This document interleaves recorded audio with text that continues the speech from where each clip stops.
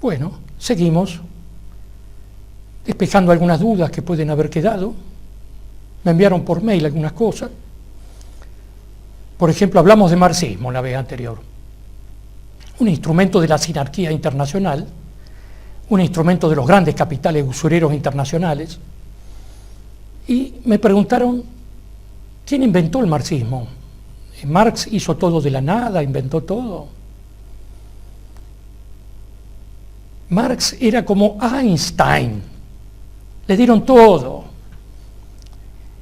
No digo que sea tan plagiador como Einstein, pero lo fue bastante, por la siguiente razón. El marxismo no fue un invento de Marx. Marx recibió la información. ¿De quién? De Moshe Hess. Moisés significa en hebreo, ¿no? El nombre hebreo. Moshe Hess y su equipo inventaron un sistema para revolucionar la sociedad, para apoderarse de los bienes de la sociedad, al servicio del capitalismo. La revolución rusa fue hecha para eso, no para liberar al pueblo ruso, para esclavizarlo y para apoderarse de todas sus riquezas. Ya vamos a hablar de eso. ¿Por qué le dieron a Marx toda esta información? Para que era la persona más indicada. Doctor en filosofía, sabía mucho, muy docto en filosofía, en economía, ya había escrito cosas, ya lo habían observado, les pareció el mejor candidato, que le dé forma de libro, Das Kapital, la obra cumbre de Marx. Hay otros también. Los marxistas generalmente leen el Manifiesto Comunista y el Capital, Das Kapital. Pero hay otros libros que hay que leer, que nos dejan tan bien parado a Marx y que nos indican quién fue realmente y qué quería. Están las cartas también. Él creería que las cartas las recibía su amigo, su correligionario y terminaba todo. No, hay cartas que se han encontrado y que se consiguen. Por más que siempre hay la mano negra de hace miles de años que hace desaparecer cosas que no le convienen a los poderes que rigen la humanidad. Pero el que busca las encuentra. Y ahí se dan cuenta quién fue Marx. Pero recibió toda esa información, le dio forma, estaba realizado, contento, hizo el marxismo, se radicó en Inglaterra. ¿Dónde se puede radicar? Si ahí estaban los que le daban el dinero, los que lo financiaban. Gente que antes de la Revolución Francesa hubo revolucionarios que paraban directamente en la casa de Rothschild, de los banqueros. Ahí se preparaban, en los palacios. Ellos no viven en chozas. Ellos son los futuros dictadores de los países conquistados. En Londres fue a vivir allí. Allí escribía, consultaba la biblioteca inglesa, Museo Británico. Hay mucho texto allí, llevado de muchas partes del mundo, guardado allí, manuscritos interesantes, y ahí armó toda su teoría. Ese fue Marx. ¿Y qué pasó con el marxismo? Fue otro instrumento más de los poderes que desde las sombras y de hace miles de años, 3000 por lo menos, esclavizan y le chupan la sangre a la humanidad. Un instrumento más. El cristianismo fue usado como instrumento, después la masonería y después el marxismo. Posiblemente no hay nada más horroroso para agregar que el marxismo como teoría política, económica, para esclavizar a los pueblos. ¿Qué puede ser peor? Otra teoría no, pero el golpecito final, el golpe final contra la humanidad, no lo va a dar el marxismo. El gobierno mundial futuro, el proyecto de gobierno mundial que hace siglos existe y que paso a paso, utilizando estos instrumentos, como el marxismo, se van acercando cada vez más al éxito de un proyecto, un solo gobierno mundial, una sola religión, una sola ideología, un solo pensamiento. Ahora desgraciadamente le llaman pensamiento único. Es monstruoso ese término. Políticamente correcto es peor. En el mundo futuro, que va a ser una dictadura peor que la bolchevique de Rusia, una cárcel gigantesca, donde el ser humano va a estar totalmente controlado, observado, espiado las 24 horas. Ese gobierno es, según los inventores de estos proyectos, es el final. Ya no es necesario seguir luchando, porque ya han logrado el poder total sobre el mundo, sobre la humanidad. Un solo pensamiento. Todos esclavos, trabajando para ellos. Esos son los planes, los proyectos. Y el marxismo fue un instrumento más. Eso me hace acordar, me escribió una chica que es anarquista, un mail, ¿qué papel juega el anarquismo? ¿Por qué razón en la Revolución Rusa asesinaron a los anarquistas? ¿Por qué escaparon? ¿Por qué no se quedaron en ese proyecto tan liberador y amigo de la humanidad? Los anarquistas que no pudieron huir fueron masacrados. ¿Por qué? Porque los anarquistas quieren una sociedad sin clases y sin Estado, tal como la teoría marxista. ¿Cuál es el problema? Marx decía que primero debe venir la dictadura del proletariado y que gracias a esta dictadura proletaria de las clases bajas, en poco tiempo vendría la sociedad ideal, la tierra prometida, el paraíso terrenal en la tierra, la sociedad sin clases y sin Estado. Claro, con esta presentación marxista, muchos incautos se afiliaban a este movimiento. Pero lo que menos quiere el marxismo es una sociedad sin clases y sin Estado. Lo demostraron históricamente el gobierno chino, la dictadura cubana, lo que hicieron en Rusia, la dictadura feroz, las masacres, los genocidios. A Jehová le gustan los genocidios también, lean la Biblia sobre eso. No le gusta amar al prójimo, a todos. Le gustan mucho las guerras, las masacres. Eso hicieron. Y el que no murió en la Revolución Rusa se transformó en un esclavo para servirlos a ellos, a la clase alta soviética bolchevique. Es muy simple, está en la historia. Basta observar brevemente, en forma simple. Así fue. Por eso no querían a los anarquistas. No los aceptan. El anarquista es un idealista, quiere una sociedad perfecta que no le conviene a los banqueros usureros mundiales. Lo que hay que hacer es poner una carnada en el anzuelo, hablar de la sociedad sin clases y sin Estado. Pero a lo que va el marxismo, a lo que ha ido siempre, es a la dictadura del proletariado. A eso le interesa. Eso es lo que tuvo 70 años en Rusia. Eso es lo que desde el año 60 está en Cuba. Eso es lo que está en China desde antes del año 50. La dictadura. ¿Por qué a un banquero le gustan las dictaduras? Tiene que arreglar con 2 o 3 personas la corrupción, los créditos, lo que le interesa a un banquero. El endeudamiento se arregla con unos pocos. Además necesita esclavos trabajando sin protestar. Eso es la diferencia que hay con el anarquismo. Se lo usa de instrumento, después los mataron a todos. Se vinieron para Argentina, para estos países. Por desgracia. Asesinos mataban muchísima gente. Son genocidas como los bolcheviques y como las tropas de Jehová en la Biblia, en el Antiguo Testamento. Ahora, cuando vemos el manifiesto comunista de Marx, habla en contra de los usureros internacionales, de los Rothschild, de los Warburg, de los Kuhn, de los Loeb. No los toca. Son los amigos de él. Son los que están poniendo dinero para que triunfen esas ideas esclavizadoras.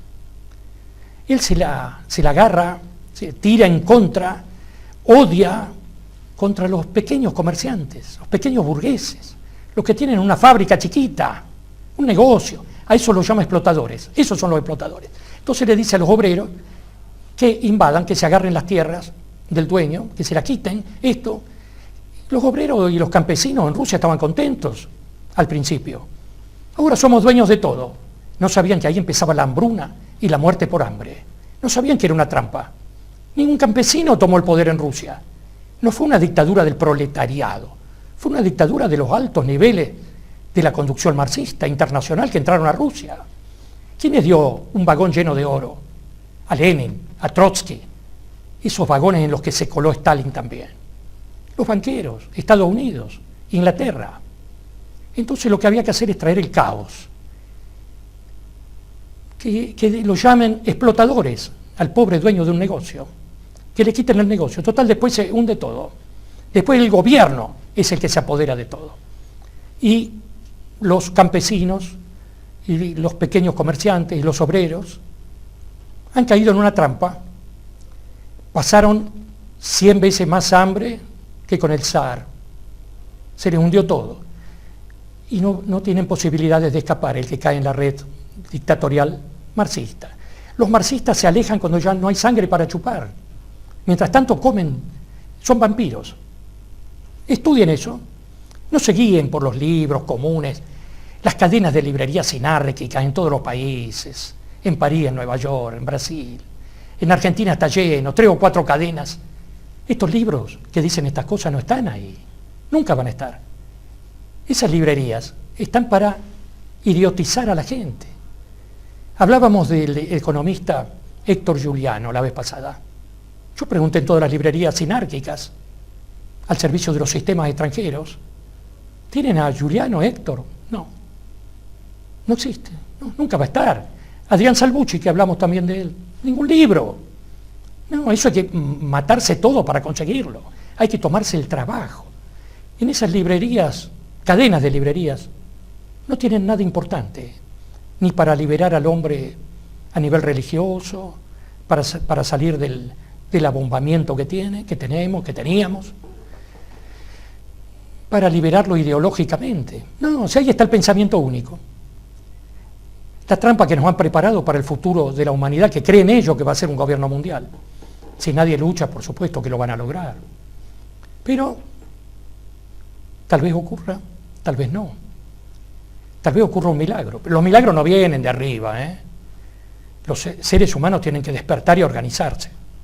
Nadie va a hacer nada por un tipo dormido. Que se embrome, se lo merece, que lo explote una dictadura. No va a haber otra ayuda que la del ser humano mismo. Se empieza por lo individual.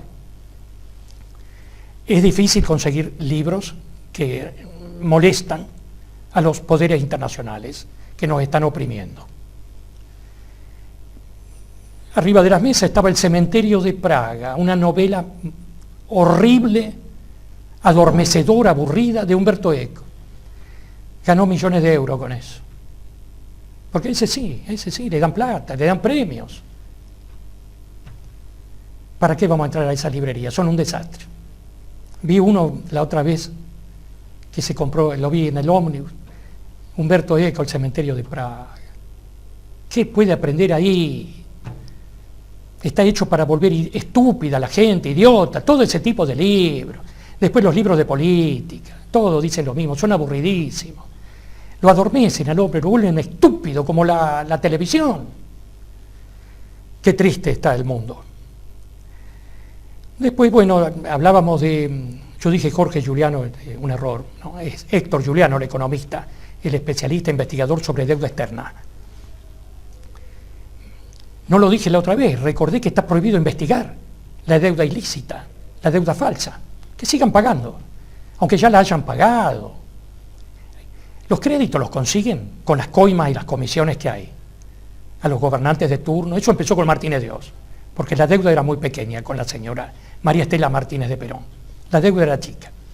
De 6.500 millones la llevaron a 32.000 millones. Ahí empieza la bola de nieve que no paró más. Pero arreglaban con unos pocos, le dan comisiones muy altas, endeudaron al país. El plan económico que se aplicó en Argentina, en el gobierno militar, estaba destinado a destruir económicamente a la Argentina. Y fue hecho por la misma gente que hizo el plan económico de Pinochet. Pero a Chile era diferente, los dos planes eran opuestos, el de Jock y el gradualista. Uno era para transformar a Chile en una potencia económica y militar, el otro era para volver más pobres a los argentinos, destruirle la economía, destruir todo. Desgraciadamente los gobiernos hacen un péndulo. Pasamos del liberalismo rabioso y destructor al estatismo rabioso, destructor. Es un péndulo. Cuando uno ya se está agotando, pasamos al otro. ¿No se dieron cuenta que hay una tercera posición? ¿No se dieron cuenta que no se aplica lo de Perón? Dicen que se aplica, no se aplica. Estudien quién era Perón y qué hablaba Perón. ¿Y qué hizo Perón en los primeros gobiernos? Estaba prohibido endeudarse. Si no tenemos, no comemos, decía. Miren la Constitución del año 49, peronista. Por eso hablábamos de la deuda externa. Es una forma de poner de rodillas a los pueblos. Está prohibido investigar el origen, prohibido. Nada se puede investigar de la deuda. Los que mandan son ellos, parece. Hay que pagar y nada más. Los intereses, porque ellos no quieren cobrar todo, porque perderían control. Los intereses. Las mentiras de los políticos. Son todos iguales. Todos van a la residencia del embajador, a los cócteles, los principales. Dicen todo que sí. Hay 3 o 4 ahora que ya les dieron el visto bueno. Es monstruoso eso. Vayan y digan lo que sienten, si lo que le piden un remis y le dicen retírese, pero perfecto. No hay que entrar ahí, no hay que ir ahí. Mienten, no mienten solo en Latinoamérica, en Europa, África, bueno, monstruoso, esa dictadura. No, en Estados Unidos, yo recuerdo Ronald Reagan, elegido presidente, ¿qué decía en la campaña? Vamos a volver al patrón oro. Cuando asumió nunca más hablaron del tema, no volvieron al patrón oro. Si los que mandan son los banqueros, no manda el pueblo. El pueblo es el estúpido que vota y cree que hay libertad. No sabe que hay una dictadura terrible, que le dan a elegir entre 2 cosas que son la misma. Es como las religiones del demiurgo. Cualquiera que elige que se transforme es la misma. Todos creen en el demiurgo, todos creen en Jehová, en el Dios creador, aunque lo llamen de distintos nombres. Obama, por ejemplo, vamos a cerrar Guantánamo. Y de nuevo, al otro día en otro lado, vamos a cerrar Guantánamo. Guantánamo está ahí. Los campos de concentración no lo han cerrado. ¿Para qué? Mienten en todos lados. Mienten porque el pueblo es idiota también. Mienten un poquito, el pueblo no reacciona. Ya hacen mentiras gruesas como esta que estamos viendo. Después me preguntaba una persona, una señora, una señorita, que dice que yo hablé contra todo. No es así. Hay una parte que es perfecta, hay una parte que es lo conveniente. Es difícil encontrarlo, nada más. Eso dije. ¿Qué partido me gustaba? Peronista. De Argentina el peronismo. Pero el verdadero peronismo, ¿no? Tiene que estar representado. Y la última pregunta que me hizo, dígame por quién va a votar usted. Yo le contesté, por un candidato que sea militar, que sea peronista, que sea del arma de inteligencia y que haya estado en la guerra. Cualquiera de las 3 guerras, cualquiera, una guerra. Si fue Cara Pintada, la Malvinas, Tucumán, no importa. La guerra transforma al hombre de armas, lo despierta, lo enriquece. ¿Por qué de inteligencia? Porque son los únicos que saben estos problemas que tiene el país, los países del mundo, todos. Lo sabe la gente de inteligencia, no lo saben los ingenieros. Esa es una pregunta interesante que me hizo. Y viene bien mostrar cuáles son mis ideas a ese respecto. Bueno, dejamos aquí por hoy. Gracias.